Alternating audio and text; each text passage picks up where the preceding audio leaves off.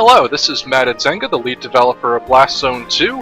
I've been releasing a series of videos recently showcasing all the new weapon loadouts and new abilities for the weapons DLC that's recently been released on Steam and Android. For this video, there's one last ship that I haven't showcased yet, but this is the ship that has the least amount of updates to it, so I'm going to be taking this video in a slightly different direction. I'm going to be doing some advanced play of the Blitz game mode.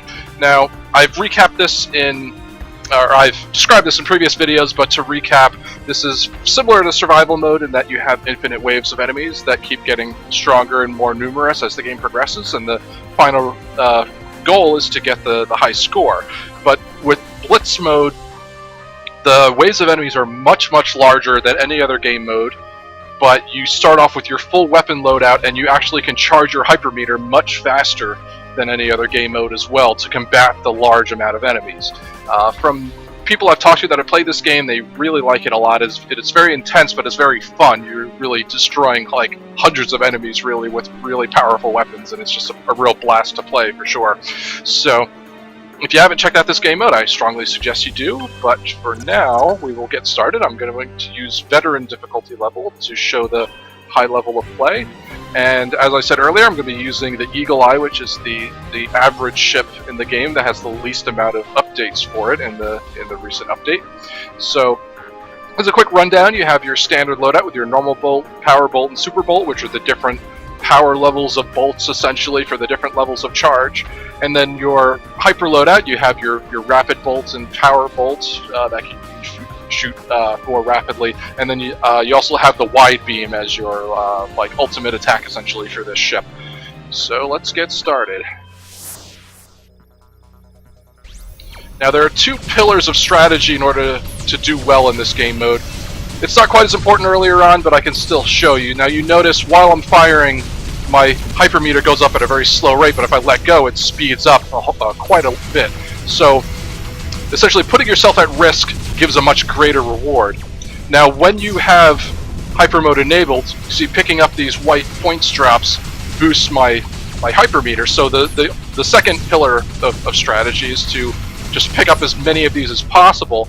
And as an aside, if you can destroy as many enemies as possible with a single discharge of one of your super weapons, it increases the amount of drops that you get, so it gives you a greater opportunity for recharging your power. So really, there's rewards for using your power more conservatively, but then if you pick the exact right time to use it, it can also be very effective, and sometimes it's the only way to survive, so you really have to gauge your pros and cons on a second-to-second basis, really. Now, as another aside, in terms of the general design of this game outside of just this game mode, is that whenever power weapons are fired, it kind of throws back your ship a little bit to kind of give you that feel of firing like a really powerful weapon. Now you see it's throwing back my ship a little bit every time I fire one of those power bolts. And plus it also slows down your ship for a fraction of a second, so you're essentially sacrificing mobility to get more power in the moment. So it's done both for like a kinetic feel of the game, to really feel like you're firing these powerful weapons, but then there's also a strategic element to it, that if all you're doing is just firing your weapons all the time, you can't dodge as well. So you really have to kind of plan it out from a second-to-second basis, as I said earlier. Now, another thing you might have noticed is that every time I gain or advance to new waves, there are new enemy types that are introduced, like some of these, see some of those vertical heat seekers essentially. If I can, got it.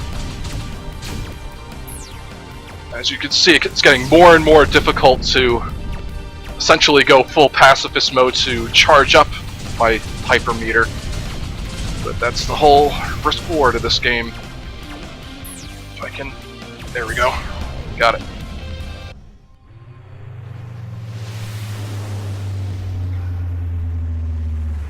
Wave 5. Yeah, you can also see while I'm firing the beam, it slows down my ship quite a bit, so I also can't dodge things that way.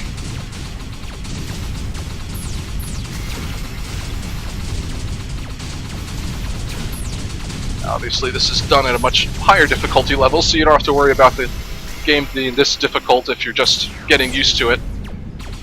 That I really designed the difficulty levels to really appeal to every level of play. So when you first get the game, you start off with the training modes, get your feet wet, figure out how the modes work, and figure out just getting used to the different strategies and when to deploy them. And in some games, I actually give extra little boosts, little helpers that help newer players along to get used to the game without it being too punishing.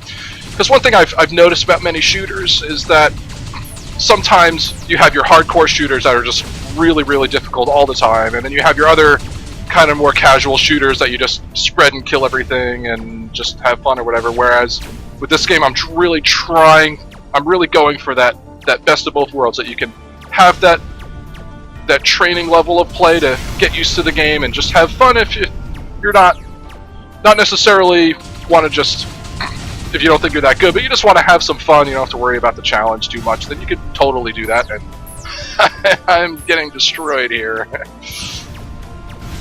So yeah. So you can really kind of have this, like, excel, and have this game advance with your level of play. So you can really step your way up the difficulty levels and as you get better and better to really keep the game interesting.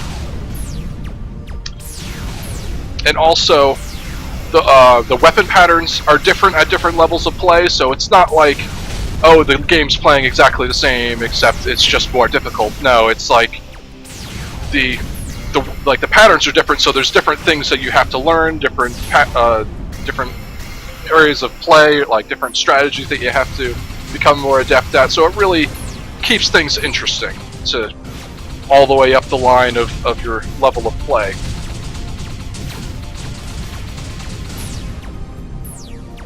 Alright, so when you get above wave 7, there's no more, as you can see, there's no more interruptions between waves. You just keep going. One advantage of that is that you don't lose your hyper mode, so you can keep it going. But there you go. So wave 9, that is pretty decent for my level of play on an advanced level. So I hope you enjoyed seeing this advanced level of play for Blitz mode. And if you haven't tried it yet, I strongly suggest you do. It's a lot of fun, even at lower difficulties. You can just blast away hundreds of enemies at once, and who doesn't like doing that? So again, this is BlastZone, the lead developer of BlastZone 2. I hope you enjoyed this video, and I hope you look forward to more videos in the future showcasing other elements of the game.